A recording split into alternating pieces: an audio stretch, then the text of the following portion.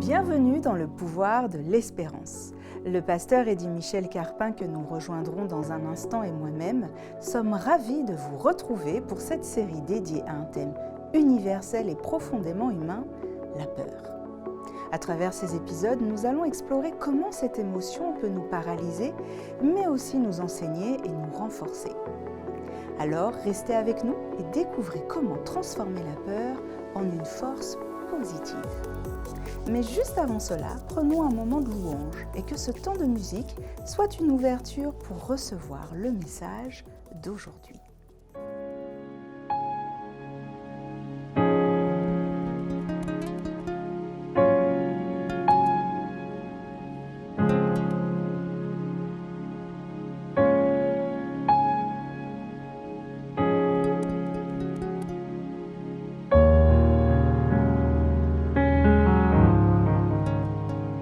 N'es-tu pas celui qui tient les nations dans sa main, celui qui ne change point? N'es-tu pas celui qui considère mes besoins, chassant l'ennemi au loin? Oh, ce n'est pas mon combat. L'Éternel des armées, il précède mes pas. Oh, ce n'est pas mon combat. Christ est ressuscité, la victoire est déjà remportée. Oh.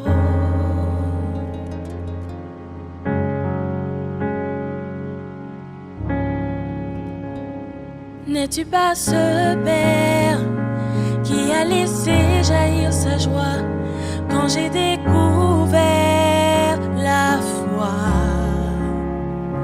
N'es-tu pas ce Père qui s'était lancé jusqu'à moi pour m'entourer de ses bras? Oh, ce n'est pas mon combat. Éternel des armées, tu précèdes mes pas. Oh, ce n'est pas mon combat. Christ est ressuscité, la victoire est déjà remportée. Ce n'est pas mon combat. Éternel des armées, tu précèdes mes pas. Oh, ce n'est pas mon combat. Christ est ressuscité, la victoire est déjà remportée. Oh.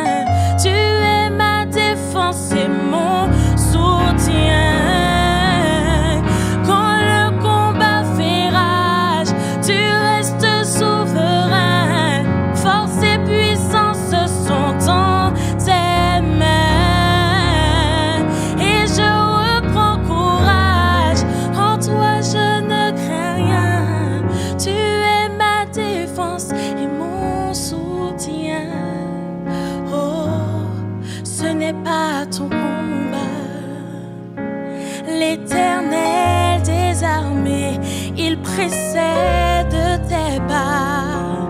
Oh, ce n'est pas ton combat.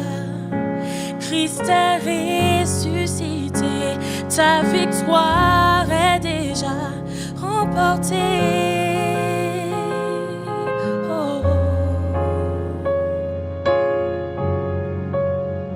Ta victoire est déjà remportée.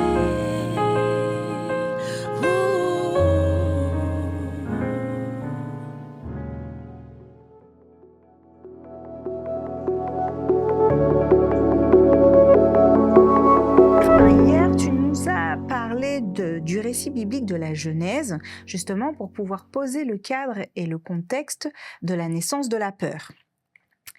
Et donc que la nudité est apparue après la chute d'Adam et Ève. Mais selon la Bible, comment la nudité est devenue cette source de honte, justement après la chute d'Adam et Ève? Parce qu'avant cela, dans ce que tu as pu nous expliquer et ce que la Bible nous dit, Adam et Ève ne semblaient pas avoir un sentiment de honte, de peur, et même de s'imaginer, d'imaginer en tout cas que la nudité pouvait poser un problème. Alors peut-être que le sujet que nous abordons peut sembler un peu bizarre pour nos amis auditeurs, mais c'est vrai que cette question, elle est très intéressante quand on l'étudie dans le contexte biblique. Parce que premièrement, on observe qu'à la différence de ce qu'on appelle l'évolution, où effectivement l'homme viendrait de l'animal, etc., et qu'il y aurait une progression de l'être humain sur le temps, et qu'à un moment donné, il aurait éprouvé le besoin de se vêtir, la Bible nous dit, à l'inverse, que lorsque Dieu a créé l'être humain, Genèse chapitre 2, verset 25, l'homme et sa femme étaient tous deux nus, et il n'en avait pas honte. Ça veut dire que lorsque Dieu, dans cette harmonie dont nous avons parlé, il a placé Adam et Ève, ils étaient tous les deux nus, mais ils n'en avaient pas honte. Ça veut dire qu'ils ne se sentaient pas vulnérables. Ils étaient dans un milieu sécure. On a parlé justement de la peur, il n'y avait pas de peur.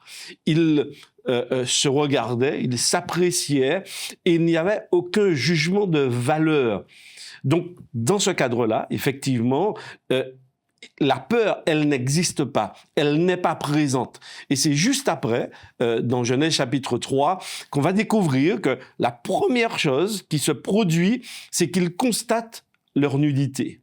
Et donc, en constatant leur nudité, ils constatent qu'ils sont vulnérables. Il y a un danger, il y a un problème, il y a quelque chose qu'ils ne percevaient pas avant, que maintenant ils perçoivent, parce que la relation avec Dieu, elle est brisée. Et donc, là maintenant, ils vont commencer à interpréter, ils vont commencer à se sentir différents. Et donc, oui, tout de suite, quand on regarde le texte, eh bien, ils vont se couvrir.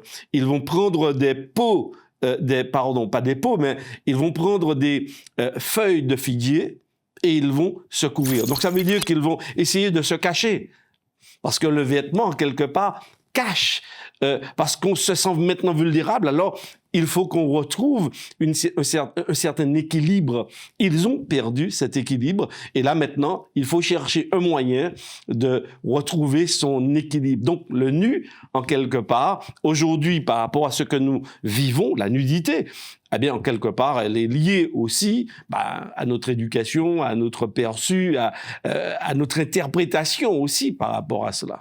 Donc notre désobéissance, le fait d'avoir rompu le contrat avec Dieu, a fait naître une peur, enfin finalement pas qu'une seule peur, puisque alors aujourd'hui on découvre la peur de la nudité, et cette peur de la nudité vient avec ce qui s'est passé auparavant, avec ce que tu as pu nous expliquer dans Genèse.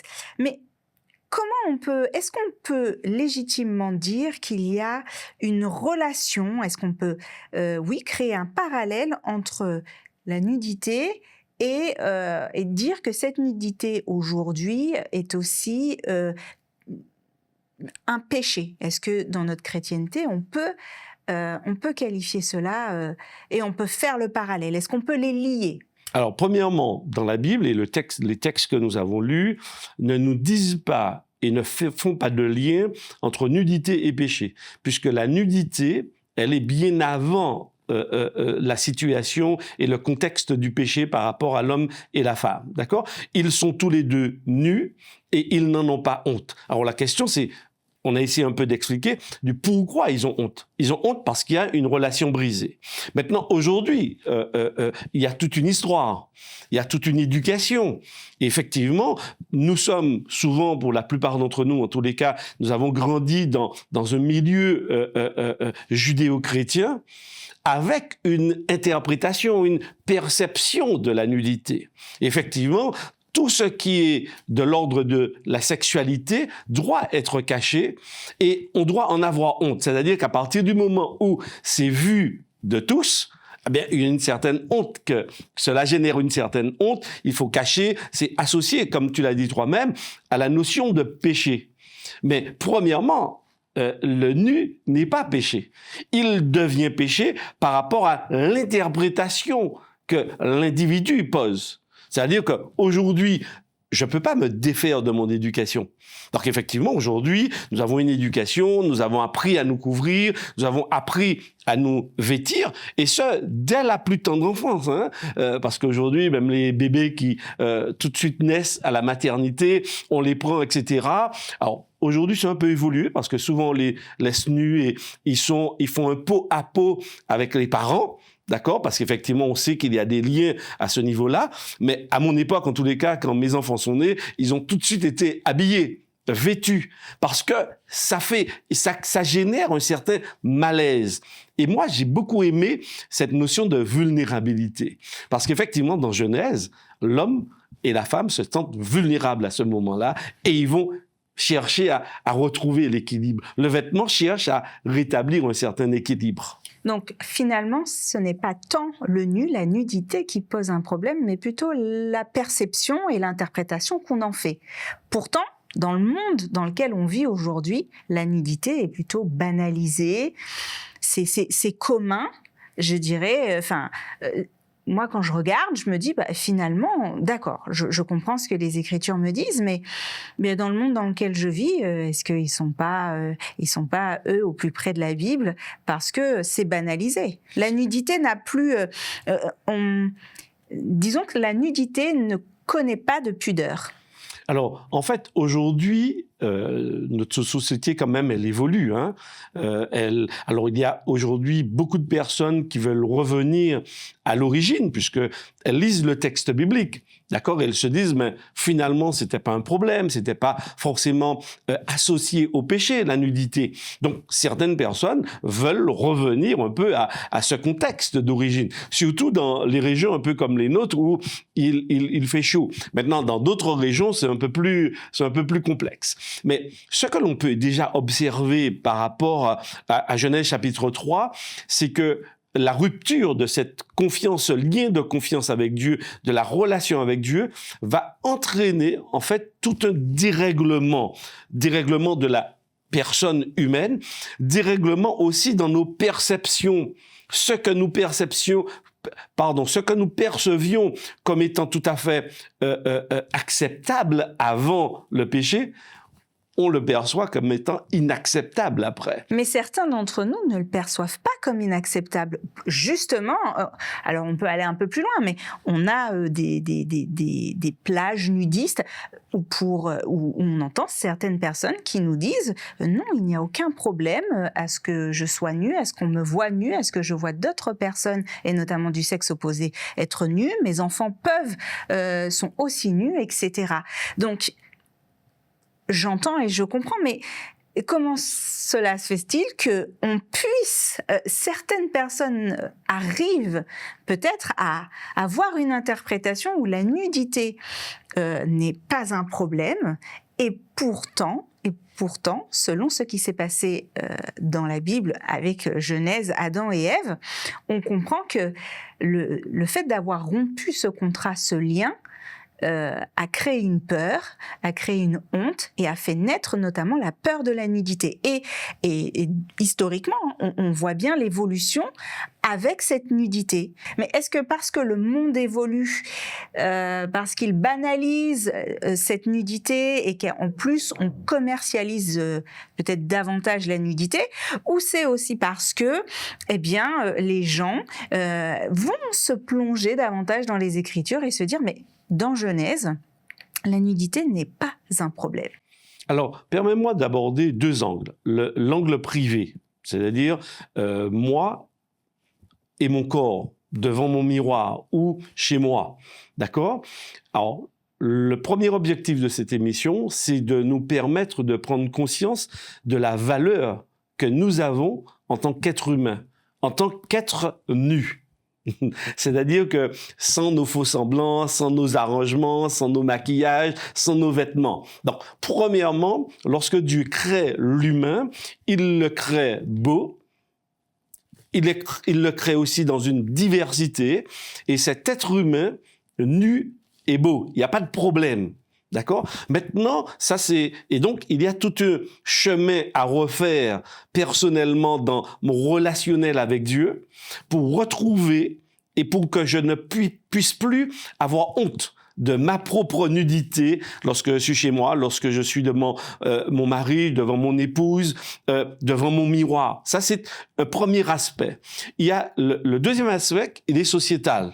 Alors, c'est vrai, au niveau de la société, maintenant, nous avons des codes. Et en vivant en société, il faut aussi que nous puissions trouver cet équilibre, non pas avoir honte du nu, parce que je pense qu'en grandissant, on n'a pas à avoir honte du nu. On n'a pas à associer systématiquement nudité avec péché, nudité avec quelque chose de malsain, quelque chose qui n'est pas propre, quelque chose qui n'est pas correct. Ça, c'est une chose. Mais en même temps, la société dans laquelle nous vivons a aussi ses propres codes. Et on doit pouvoir, justement, tout en acceptant et accueillant cette notion de nudité comme étant tout à fait positive et valorisante, pas un objet de honte, d'accord? On doit de l'autre côté respecter, de mon point de vue, la société dans laquelle on est. Donc, il ne s'agit pas non plus de se paraître ou de paraître nu et de se dire bon, on s'affranchit de toutes les normes de la société. Toutes les normes ne sont pas négatives en soi. Maintenant, quand on étudie, on voit aussi le pourquoi, comment l'homme est arrivé là. Il est arrivé là parce que, premièrement, il a cassé une relation avec Dieu. Et Dieu se propose de retrouver la relation. Et premièrement, je dois pouvoir reprendre, je dirais, possession de mon corps. Et mon corps, dans ma relation, donc je vais maintenant aborder un aspect spirituel, c'est-à-dire que, d'un point de vue spirituel aussi, parce que la nudité, c'est une métaphore dans la Bible, d'une certaine manière.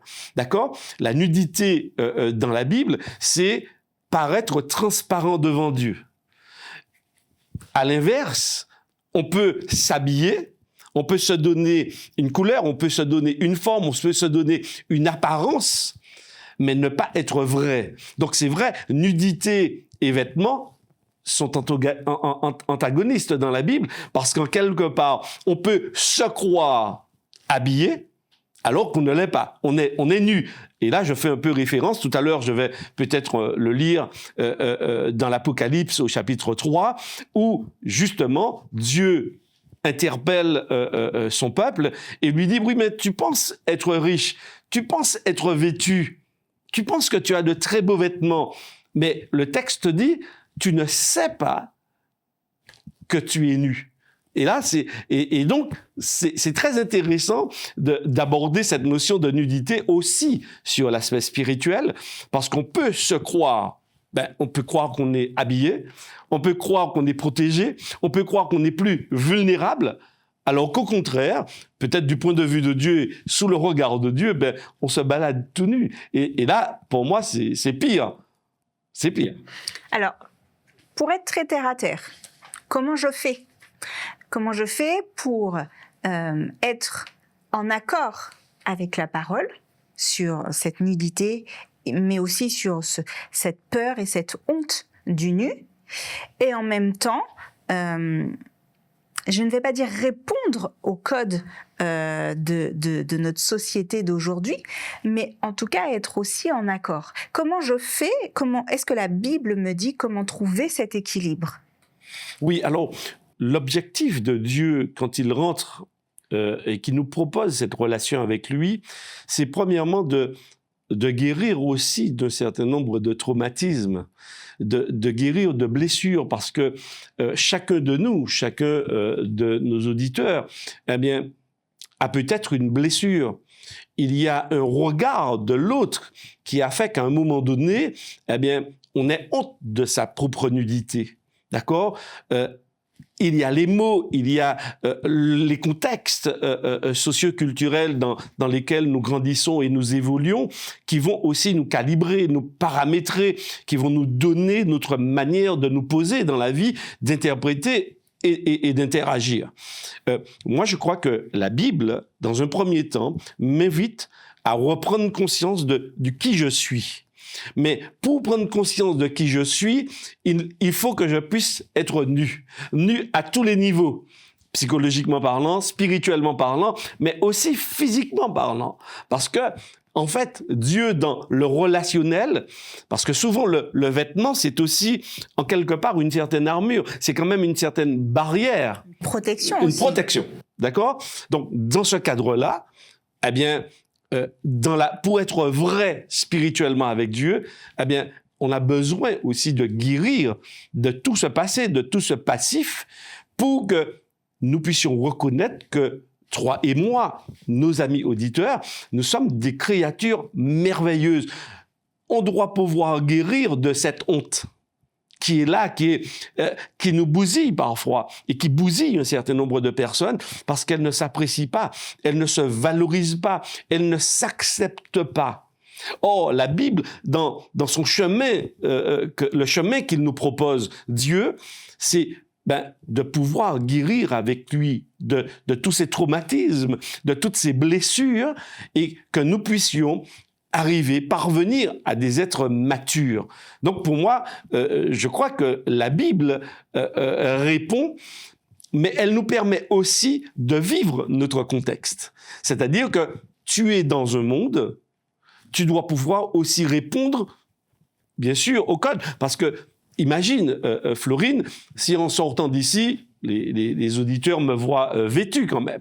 Mais ça, c'est la vision et c'est le monde occidental. Mais si on va en Afrique, ou même chez certaines tribus amérindiennes, ils ont juste de quoi peut-être cacher leur partie, mais par protection. Je dis cacher, mais c'est aussi par protection de manière générale. Et ils n'ont pas ce rapport avec la nudité. C'est vrai, le monde occidental a ce rapport de honte avec la nudité. Donc ça veut dire que c'est bien notre éducation qui nous influence. Souvent, ces personnes, par exemple, n'ont pas connaissance du texte biblique. Elles ne connaissent pas cette histoire et n'ont pas cette interprétation. Et quand on va, puisqu'on a quelques émissions quand même qui nous font découvrir ces peuples, on observe que d'une façon générale, ils n'ont pas de problème de nudité. Il n'y a pas forcément dans ces régions plus de viols ou plus d'agressions qu'autre chose. On se respecte parce que le regard n'interprète pas la nudité de la même manière. Donc effectivement, l'idée ici, c'est de nous faire prendre conscience que notre interprétation a besoin de mûrir, elle a besoin de grandir pour que nous puissions, premièrement, nous accepter. Ça, c'est le premier pas. S'accepter dans sa différence, mais s'accepter aussi comme étant une créature merveilleuse de Dieu, même si, effectivement, parce que lorsqu'on parle de société, la société pose un certain nombre de codes. Et donc, nous sommes dans des codes. Donc, certaines personnes qui nous écoutent, et peut-être même nous, on peut se retrouver peut-être soit trop gros, soit trop mince, soit trop petit, soit trop grand. En fait, les codes de la société, que ce soit au travers de la mode, que ce soit du cinéma, de la musique, etc., ces codes-là aussi nous influencent par rapport justement à la notion du nu. d'accord, de la nudité. Et quand on se retrouve avec soi-même, eh bien, on se retrouve aussi avec un certain nombre de complexes, parce qu'on va se comparer, on va se mesurer aux autres. Or, la Bible m'invite et me dit, mais non, ne te mesure pas, parce que Dieu t'a créé nu et il n'y avait aucune honte. Maintenant, oui, on comprend la notion de honte lorsqu'elle intervient.